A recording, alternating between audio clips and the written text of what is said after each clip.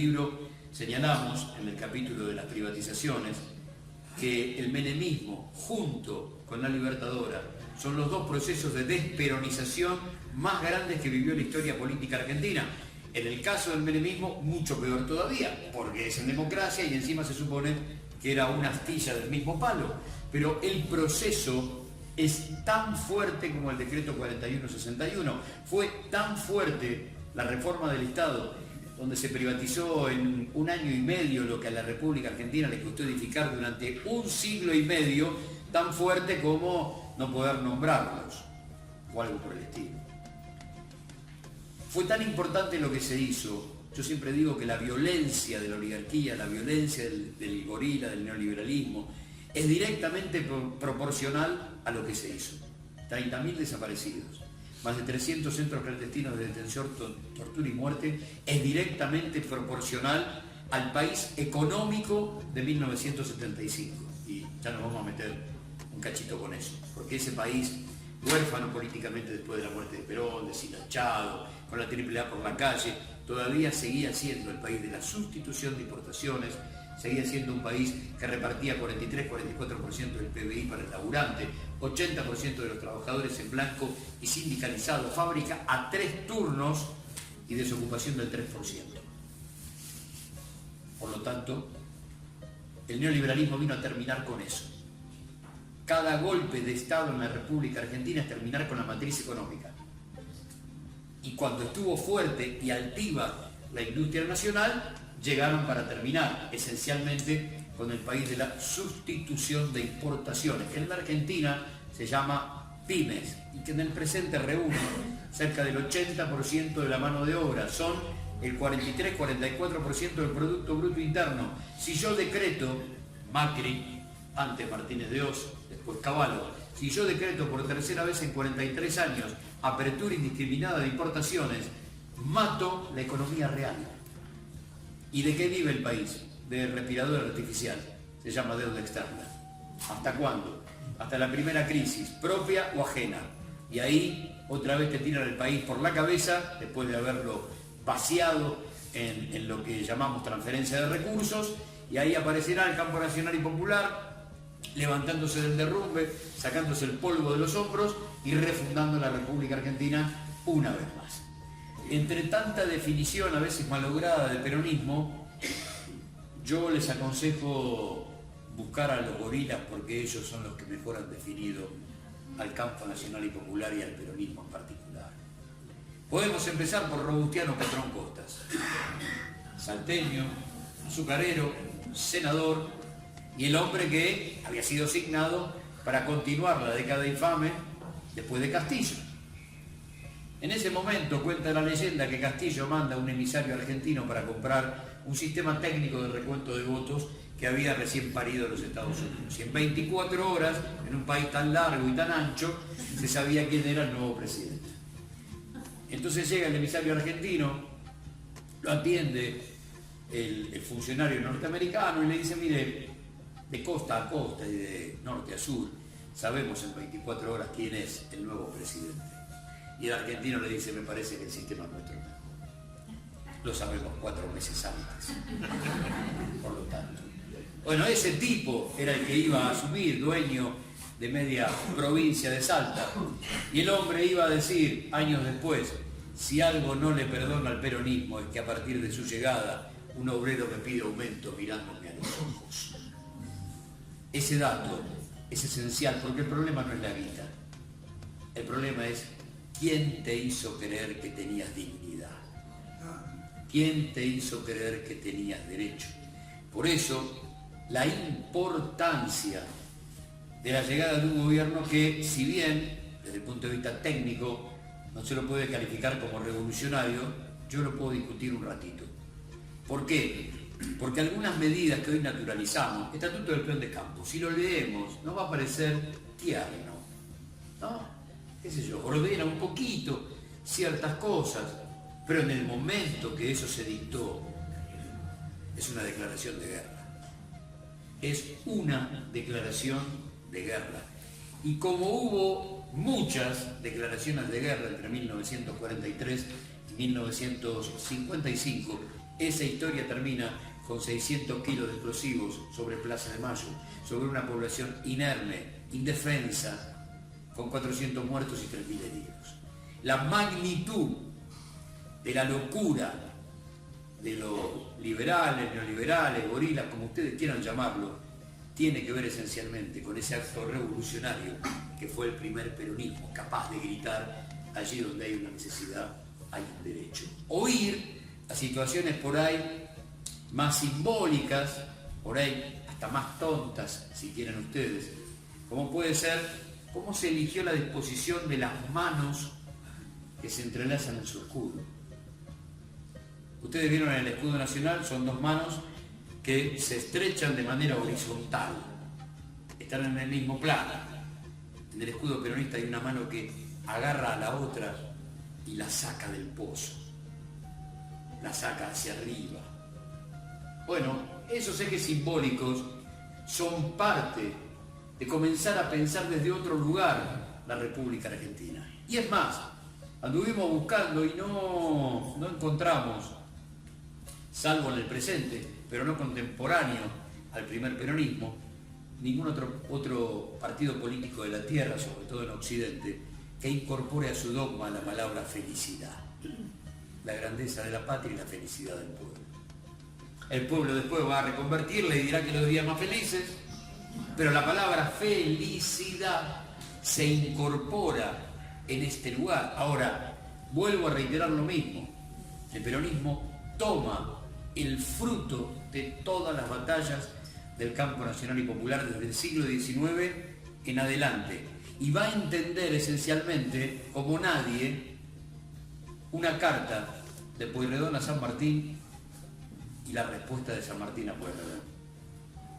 Ya pasó el 9 de julio de 1816, San Martín aprieta el acelerador y busca concretar lo antes posible el gesto geopolítico más importante de la República Argentina a toda la patria grande, que será el cruce de los Andes. Él y 5.000 tipos, nunca olvidamos, 5.000 héroes anónimos en la historia argentina que fueron parte de 14 años de la guerra por la independencia. 14. 5.000 cruzaron los Andes y pegaron la vuelta después de la batalla de Ayacucho, menos de 80. Esos tipos fueron a dejar la vida porque esto hoy sea lo que es, dato que nunca hay que perder de vista. Y lo vive mangueando a Pueyrredón, director supremo. Arma, guita, mula, mantas, lo que sea, comida. Está preparando en la primera fábrica metalúrgica de la República Argentina, que fue el Plumerillo, está fundiendo metales para construir las armas de la liberación. Y entonces Pueyrredón un día empieza a dudar, porque dice: ¿qué tipo está hablando de cruzar los Andes con 5.000 hombres? La verdad,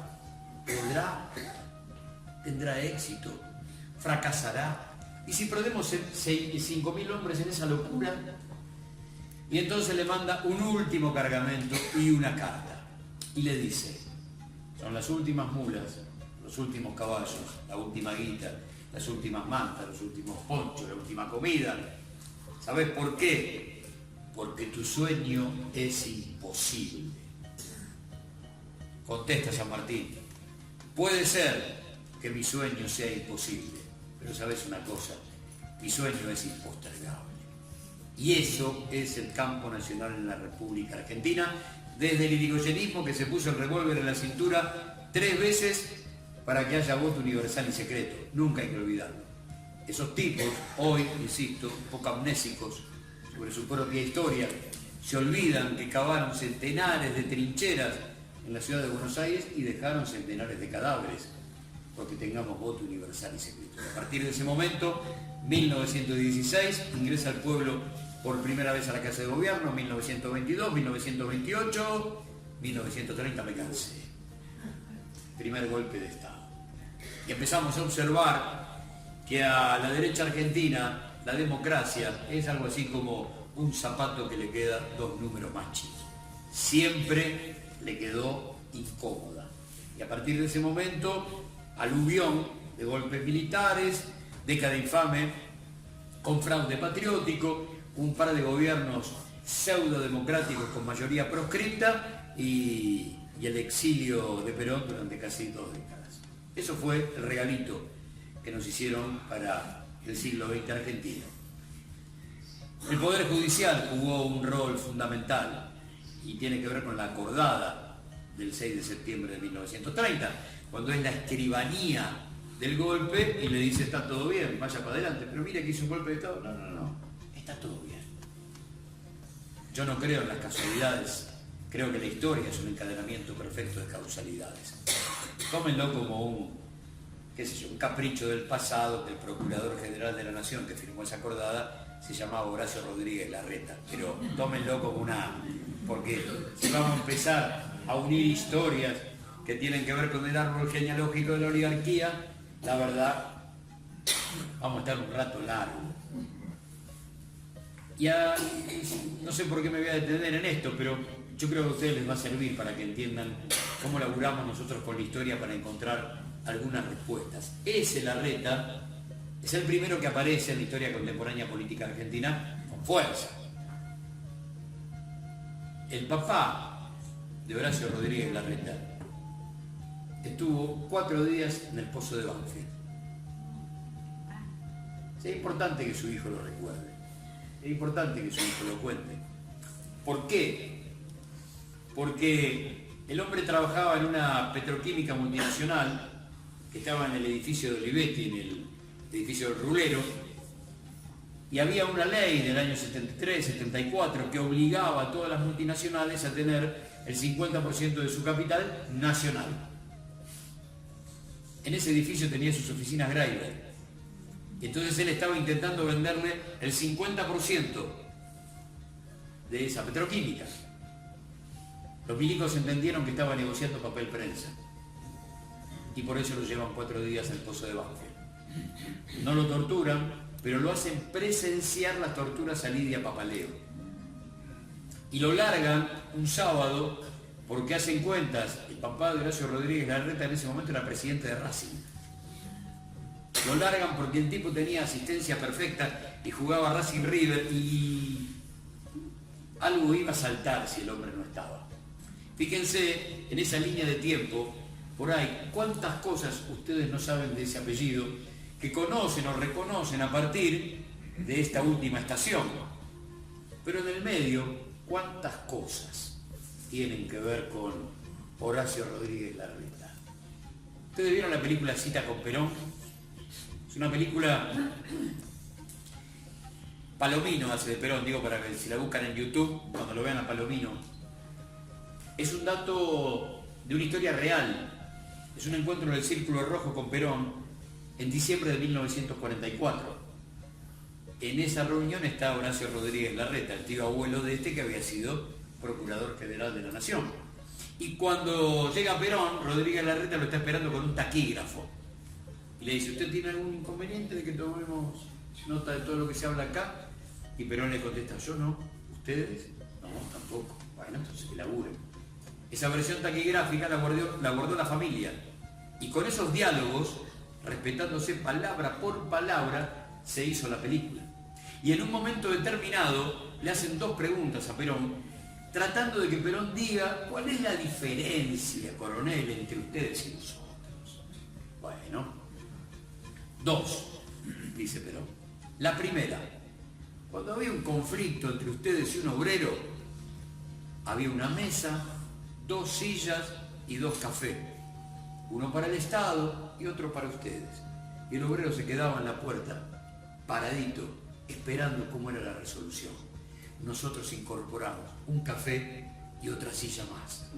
Esa es una gran diferencia. Ya el obrero no espera más, paradito allí en la puerta. Y la otra es, soñamos con un país industrial. La respuesta de Larreta es, coronel, qué gana de buscarse enemigos. ¿Qué va a decir Londres? ¿Qué va a decir Washington? Y Perón redobla la apuesta. Le dice, no cualquier industria. Industria pesada. Vamos por la siderurgia, vamos por los autos hornos, por represas hidroeléctricas.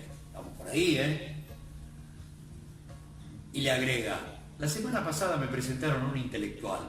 Se llama Raúl Scalabrini Ortiz. Todos ponen cara de ¿quién será? Me dijo algo que me gustó y lo estoy pensando. Me dijo, si yo fuera gobierno, nacionalizaría los ferrocarriles. Y el círculo rojo estalla en una carcajada que dura 3 o 4 minutos. Esa es la enorme diferencia entre ellos y nosotros. Y cuando digo ellos y nosotros, me referencio en todo el campo nacional y popular, convencido de una certeza que yo la pongo a disposición de la discusión, nunca para cerrar el debate, siempre para ensancharlo. En la República Argentina no hubo, no hay y seguramente no habrá jamás 2 modelos de país. Hay un solo modelo de país, una mesa muy larga y todas las sillas que hagan falta para que esté presente todo el campo nacional y popular discutiendo sus diferencias, el cómo, el camino, la herramienta, la velocidad, que nos hermana, que no discutimos el objetivo. Y por eso somos campo nacional y popular. Pero ese proyecto de país no confronta con otro paradigma nacional. Hace 208 años y monedas que ese proyecto de país confronta con un modelo de colonia, no confronta con otro proyecto de país. Eso es tener claro el enemigo, el tipo que odia la industria nacional, que la desactiva, como sucede hoy por tercera vez en 43 años, teniendo algunos segmentos de la industria que están operando al 43%, al 34%, al 35% y al 50% y monedas en un promedio general. Esa es la muerte del país. Podrá ser colonia próspera y capaz que te va está bastante bien para un sector. Te va a sobrar 1/3 de la población. Serás un país de servicios, como dijo Michetti en el verano de 2016, país de servicios. Nuestro modelo es la India. Mirá vos, se acabó la fábrica, dijo.